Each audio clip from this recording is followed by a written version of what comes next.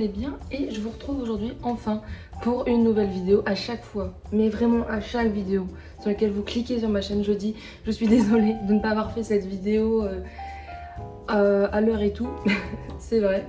Mais aujourd'hui, j'ai décidé d'enfin tourner ma vidéo sur les résultats parce qu'on les a eus il y a une semaine et demie maximum. C'est juste que malheureusement, j'ai pas eu l'occasion de pouvoir filmer en fait ces derniers temps. Sur les résultats, en fait, je voulais le faire la semaine dernière, mais j'ai eu plusieurs contretemps. Ce qui fait que oui, je n'ai pas sorti de vidéo, mais demain, 20 juillet, il y a une vidéo, je la tourne le 19 juillet. Je sais que je vais passer l'après-midi à monter rapidement cette vidéo. Alors c'est une vidéo résultat comme d'habitude chaque semestre depuis 2 ans maintenant, oui, parce que la L3 et la M1. Je fais une vidéo résultat à la fin de mon semestre quand je les reçois pour montrer à peu près l'évolution, etc. Donc si jamais vous êtes intéressé par les autres vidéos que j'ai faites déjà à ce sujet, il y en a déjà 3, il y en a une sur le M1 et 2 sur la L3. Alors au premier semestre, si je me souviens bien, je crois que j'avais eu une moyenne générale, donc je précise bien générale, et pas sur une matière, de 14,5 sur 20. Et là, nous sommes sur le S2, donc c'est-à-dire que j'ai 2 séminaires, donc c'est en fait deux sortes de cours magistraux. Mais à la Sorbonne, en master, on n'appelle plus les cours magistraux, des cours magistraux, on les appelle des séminaires en fait. On a un travail à rendre à la fin, donc soit ça prend la forme d'un mini-mémoire, soit c'est un oral. Je crois qu'il y a peut-être des sortes de comptes rendus, de lecture d'articles, etc. Ça dépend vraiment des profs. Moi, une fois par exemple, j'ai déjà eu un contrôle terminal, un CT, pour un séminaire au premier semestre.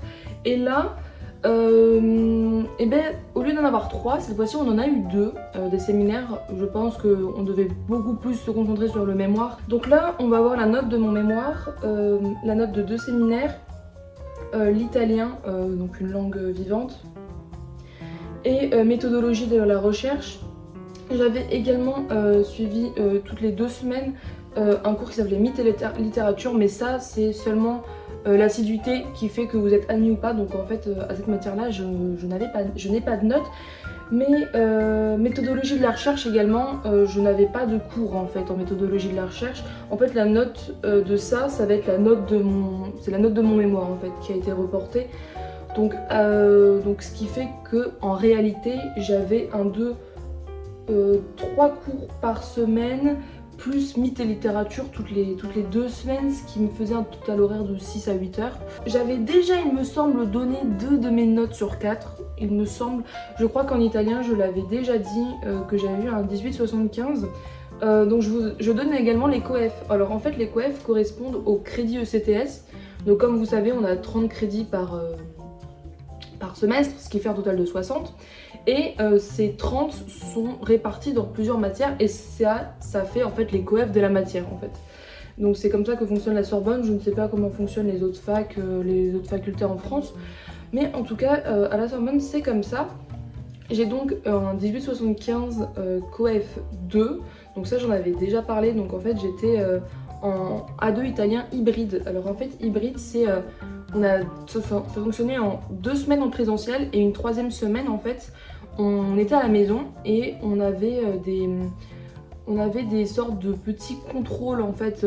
On avait des compréhensions orales, des compréhensions écrites, une expression écrite à rendre toutes les 3 semaines en fait. Et en plus de ça, on a eu un oral plus un contrôle terminal en présentiel, l'oral aussi en présentiel, et ce qui fait que ils ont cumulé les 3 notes. Alors les 3 notes ne sont pas cumulées de la même manière. Par exemple, le CT fait 50% de la note, alors que je crois que l'oral et les petits contrôles à la maison c'était 25%. Voilà, je parle en pourcent, je suis désolée parce que je me souviens que sur le site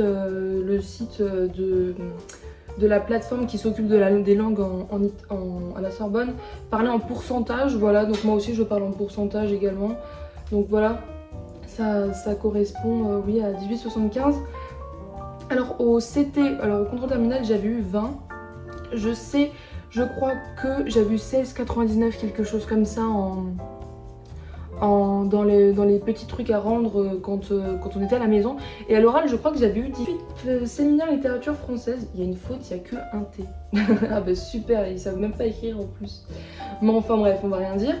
J'ai eu un 15 sur 20. Alors ça, c'était un séminaire sur les femmes, les prosatrices de l'entre-deux-guerres. Donc c'était un séminaire sur le XXe siècle. Et c'était un oral. Alors moi j'avais eu un oral, je crois que j'en avais déjà parlé de cette note et de ma petite déception sur ce 15. Cette note-là, c'était oui un oral sur l'argent dans la fin de Chérie de Colette. C'est un petit... Le livre n'est pas très long, je ne l'ai pas avec moi, je crois que je l'ai laissé à Paris. Et ça c'est Coef 5, voilà. Ensuite, j'avais un autre séminaire sur Rousseau. Et il fallait faire un rendu d'un mini-mémoire, exactement comme au premier semestre. Mais cette fois-ci, en fait, ce qu'il fallait faire, c'était comparer Rousseau avec un autre auteur sur le sujet qu'on voulait.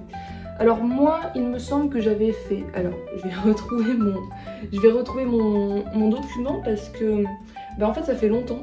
Alors, mon mini-mémoire, je l'avais intitulé « La fiction et l'écriture de l'intime, la part de vérité et de mensonge chez Louis Aragon et Jean-Jacques Rousseau ». Voilà. Et il fallait faire en tout, je crois qu'il avait demandé maximum 25 000 signes, espace compris. Donc ça fait à peu près 7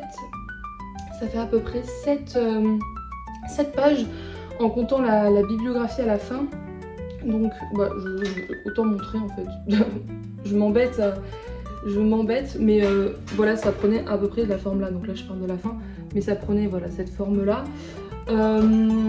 Alors je m'attendais pas à avoir la note que je vais dire parce que en fait d'un côté j'avais l'impression d'avoir fait mieux qu'au premier semestre où j'avais eu un 14 sur aussi un mini-mémoire sur Rousseau, mais d'un côté je me suis dit en fait j'ai l'impression que je mets trop de citations. Je sais pas si vous avez vu là les petits blocs un peu séparés du reste, mais je sais pas comment dire, mais vraiment je me disais il y a peut-être trop de citations et je ne les analyse peut-être pas assez. Mais d'un côté, 7 pages, c'était... Comment expliquer? 7 pages, c'était beaucoup, mais d'un côté, pas beaucoup. Je sais pas comment expliquer. Et en plus, le pire du pire, c'est... ce qui s'est passé, c'est que j'avais fini d'écrire mon vrai mémoire, mon gros mémoire. Et moi, j'avais prévu, disons, à peu près une deadline pour écrire et rendre le mini-mémoire.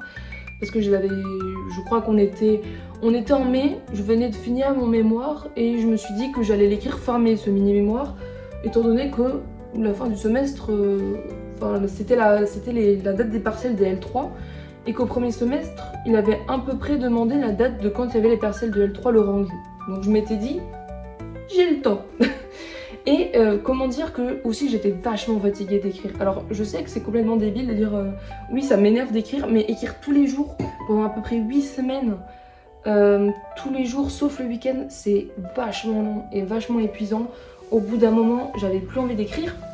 Et le prof à l'avant-dernière séance avait dit oui alors en fait je voudrais à X date, et disons que je crois que c'était un truc du genre mi-mai. Je m'étais pas mise du tout à l'écrire, alors j'avais le plan détaillé, j'avais tout, hein, vraiment tout. Il manquait que la rédaction, mais en fait moi j'étais tellement fatiguée et saoulée d'écrire que j'avais pas envie d'écrire le mini-mémoire. Donc le mini-mémoire là a été écrit un peu avec un sentiment, j'avais envie de le bâcler en fait, alors que je sais qu'il fallait pas bâcler. Donc j'ai essayé de faire de mon mieux pour rédiger ce mini-mémoire. Mais c'est vrai que j'avais pas la volonté de le faire, voilà, c'était pas comme au premier semestre où encore ça s'était bien passé. Là voilà, j'ai pas trop aimé écrire ce mini-mémoire, ça a été vraiment de la torture au bout d'un moment. J'écrivais pour écrire et plus parce que j'avais envie d'écrire. Et c'est vrai que ça c'est un peu compliqué, mais j'ai quand même eu un 16 et ça je suis vachement contente. Je pense que honnêtement c'est la note dont je suis le plus contente avec le mémoire. Parce que j'ai vu une évolution en fait, parce que j'ai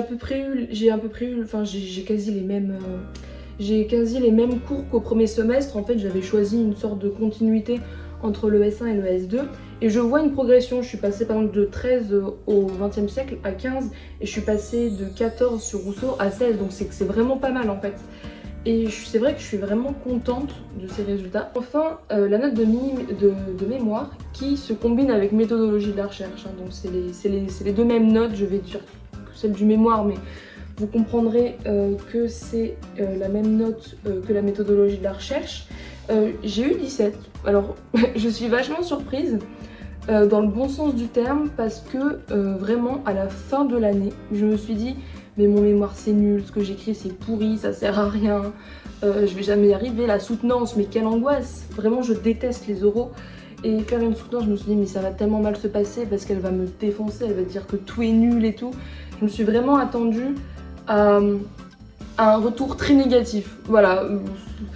En fait j'étais tellement dedans tout le temps dans l'année sur le travail qu'en fait j'arrivais pas à discerner si ce que je faisais c'était bien ou pas bien. C'est très bizarre à dire, mais en fait j'avais pas vraiment de direction, on va dire. Tout au long de l'année, j'ai quand même eu au premier semestre, je crois que j'avais eu 18 sur le plan. Et là, ce qui s'est passé, c'est que je lui avais envoyé un mail au deuxième semestre pour lui dire si je pouvais lui donner mon intro. Le retour était mitigé, on va dire, donc j'avais réécrit toute mon intro. Mais à part ça, j'ai pas eu de retour de cette prof. En fait, j'ai pas eu un suivi comme les autres ont eu en littérature parce que ma directrice de recherche était en langue française. Donc je n'ai pas eu forcément les mêmes retours. Et sur le développement et le cœur même du mémoire, je ne savais pas forcément si ce que je faisais était juste ou bon. Donc c'est vrai que j'ai un peu avancé, on avance en fait un peu au feeling en fait. Donc après j'avais lu entre guillemets j'avais consulté des mémoires sur le site, je crois ça s'appelle Dumas ou Duras, je sais jamais, mais je crois que c'est Dumas. Ouais, je crois que c'est Dumas. Sur le site HAL, à chaque fois je ne sais pas comment on le prononce. Et là j'avais consulté pour tout ce qui était mise en page et peut-être comment lancer tel ou tel sujet, lancer telle et telle phrase de telle et telle manière. Donc voilà, et le mémoire est COEF 15 et la méthodologie de la recherche COEF 3. Merci d'avoir regardé cette vidéo et à la prochaine, bisous.